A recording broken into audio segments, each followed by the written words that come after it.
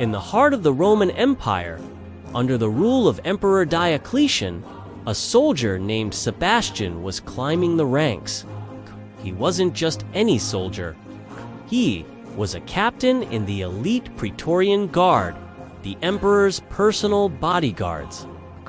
To everyone around him, Sebastian was the model Roman officer, loyal, disciplined, and dedicated to the empire. But he was living a double life. Sebastian was a Christian, a secret he guarded with his life in an era when his faith was a death sentence. From his high-ranking position, Sebastian worked in the shadows. He used his influence to help Christians who were imprisoned and facing persecution. He would visit them in their cells, offering comfort, supplies, and encouragement.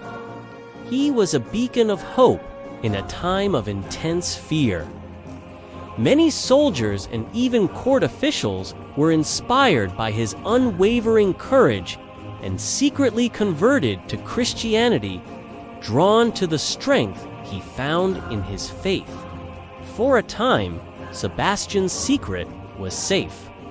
He was so respected by Diocletian, who was unaware of his captain's true allegiance,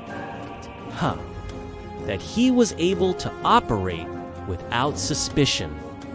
He became a crucial lifeline for the Christian community in Rome, a silent guardian angel within the very institution that sought to destroy them.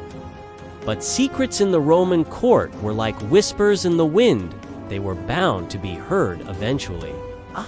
It all began to unravel when two Christian brothers, Marcus and Marcellian, were arrested. They were deacons, and their fate seemed sealed. Their family, still practicing the old Roman religion, pleaded with them to renounce their faith to save their lives. The pressure was immense, and the brothers began to waver. Just as their resolve was about to break, Sebastian arrived. Ignoring the immense personal risk, he walked into the prison and spoke to the brothers. He didn't just offer words of comfort. He spoke with such passion and conviction about the promise of eternal life that everyone present was captivated. He reminded them that their current suffering was temporary compared to the glory that awaited them. His words were so powerful that not only did Marcus and Marcellian find their courage again, but their pagan family, the jailer, and even the local prefect converted on the spot. It was a miracle, but it was also a reckless act that drew unwanted attention. The news of this mass conversion reached the ears of those who were not so easily swayed. A report was sent to Emperor Diocletian when he heard that his trusted Praetorian captain, Sebastian, was not only a Christian but actively converting others. His admiration turned to fury. He felt personally betrayed. Cletian summoned Sebastian. He could unbelieve that a man he held in such high esteem could follow what he considered a subversive cult. He confronted Sebastian, offering him a choice: renounce this new faith and return to the gods of Rome, and all would be forgiven. He could keep his rank, his wealth, and his life. Sebastian stood firm. He calmly explained that he could be a good soldier and a good Christian, that his loyalty to God did not diminish his loyalty to a just emperor. But for Diocletian, there was no room for compromise. He saw Sebastian's refusal as an act of defiance. Enraged, he ordered a spectacular and cruel execution. Sebastian was to be an example. He was taken to a field, stripped, and tied to a post. The emperor then commanded a company of archersmen who had likely served alongside Sebastian to use him for target practice. Arrows flew, piercing his body from every direction. Believing no one could survive such an onslaught left him for dead, his body looking more like a porcupine than a man. They reported back to the emperor that his orders had been carried out. Sebastian, the Christian traitor, was no more. But the story doesn't end there. That night, a devout Christian widow named Irene of Rome came to the field to retrieve Sebastian's body for a proper burial. She had been one of the many people he had helped. As she and her companions began to untie him, they made a stunning discovery. Despite being riddled with arrows, Sebastian was still breathing. A faint pulse still beat within him. Miraculously, he had survived.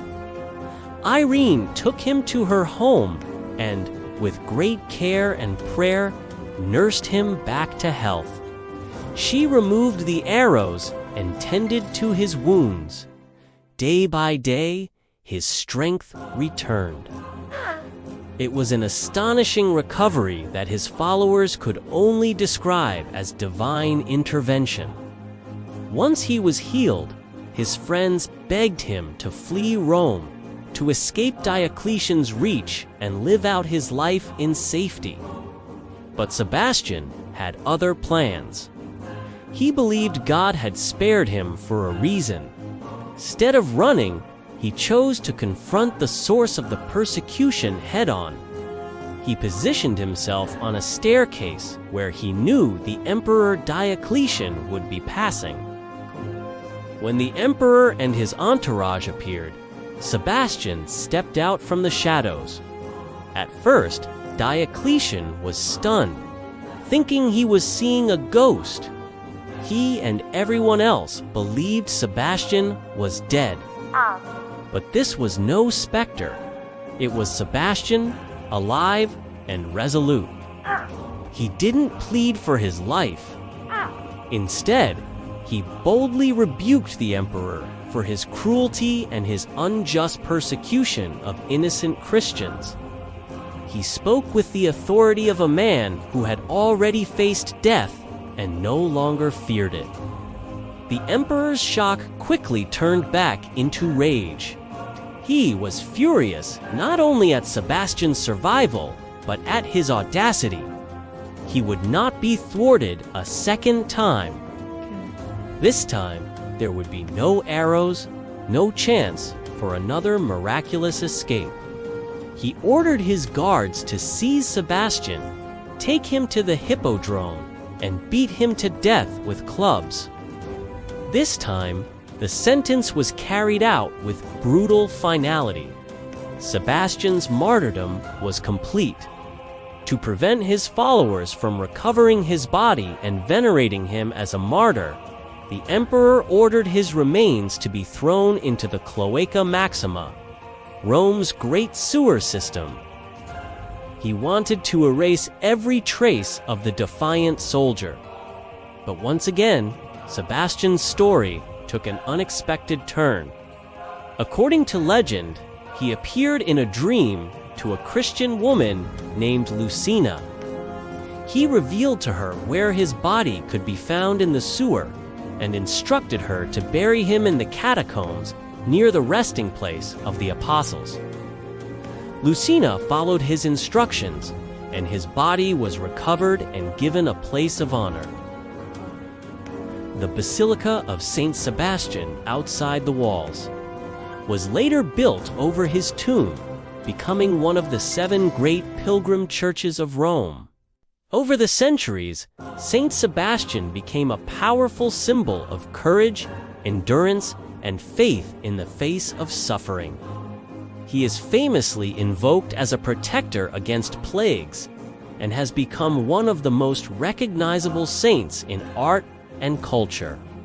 His story of a soldier who fought not with a sword, but with unshakable faith, continues to inspire people to this day. Thank you for watching. If you found this story inspiring, please like, subscribe, and hit the notification bell for more stories from history.